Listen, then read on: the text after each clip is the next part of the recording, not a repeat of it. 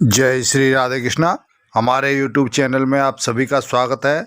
दोस्तों, आज हम आपको इस दिन भगवान विष्णु निद्रा से जागते हैं और इस दिन तुलसी विवाह भी किया जाता है। जो भी व्यक्ति तुलसी विवाह करना चाहता है वह इस दिन यानी देव उठनी एकादशी पर तुलसी विवाह करते हैं और पुण्य के भागीदार बनते हैं। तो इस साल देवउठनी एकादशी 14 नवंबर को पड़ रही है, जो कि मनाई जाएगी। और आज हम आपको देवउठनी एकादशी के व्रत कथा का श्रवण कराएंगे।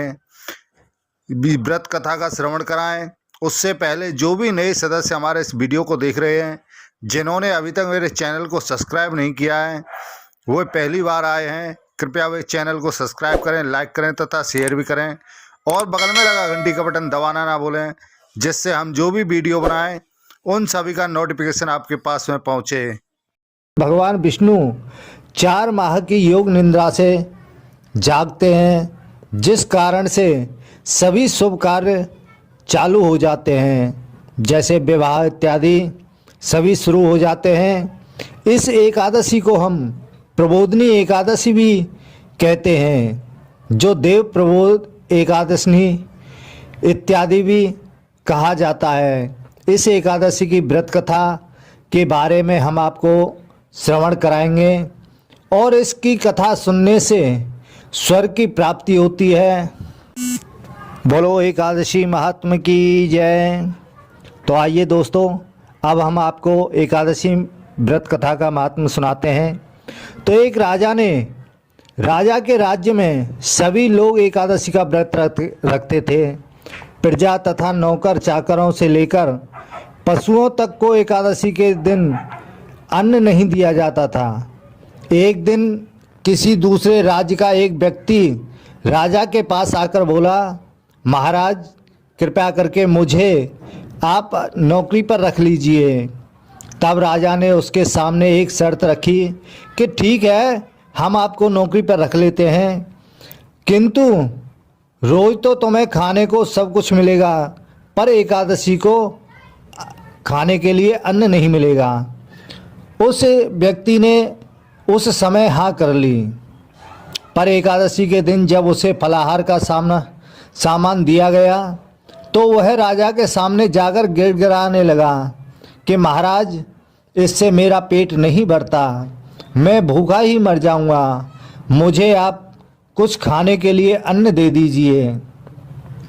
राजा ने उसे शर्त की बात याद दिलाई, पर वह अन्न छोड़ने को राजी नहीं हुआ। तब राजा ने उसे आटा, दाल, चावल आदि दिए। वह नित्य की तरह नदी पर पहुंचा और स्नान कर भोजन पकाने लगा। जब भोजन बन गया तो भगवान विष्णु को बुलाने लगा कि आओ भगवान, भोजन तैयार है, आप प्रसाद ग्रहण करें। उसके बुलाने पर पीताम्बर धारण किए हुए भगवान विष्णु चतुर्भुज के रूप में आ पहुँचे तथा प्रेम से उसके साथ भोजन करने लगे। भोजन आदि करके भगवान अंतर्ध्यान हो गए तथा वह अपने काम पर चला गया। 15 दिन बाद अगली एकादशी को वह राजा से कहने लगा कि महाराज, मुझे दुगना सामान दीजिए। उस दिन तो मैं भूखा ही रह गया। राजा ने कारण पूछा तो उसने बताया कि हमारे साथ भगवान भी खाते हैं, इसलिए हम दोनों के लिए ये सामान पूरा नहीं होता, हमें और सामान कुछ बढ़ा करके दीजिए। यह सुनकर राजा को बड़ा आश्चर्य हुआ। वह बोला कि मैं मान सकता हूँ कि भगवान तुम्हारे साथ खाते हैं, मैं तो इतना व्रत रखता हूँ, पूजा करता हूँ, पर भगवान ने मुझे कभी तो दर्शन नहीं दिए। राजा की बात सुनकर वह बोला कि महाराज, यदि आपको विश्वास न हो तो साथ चल कर के आप देख सकते हैं। राजा एक पेड़ के पीछे छिपकर बैठ गया। उस व्यक्ति ने भोजन बनाया तथा भगवान को शाम तक पुकारता रहा, परंतु भगवान नहीं आए।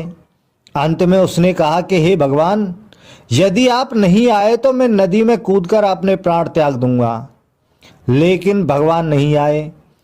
तब वह प्राण त्यागने के उद्देश्य से नदी की तरफ बढ़ा। प्राण त्यागने का उसका दृढ़ इरादा जान शीघ्र ही भगवान ने उसके सामने प्रकट होकर उसे रोक लिया और साथ बैठकर भोजन करने लगे।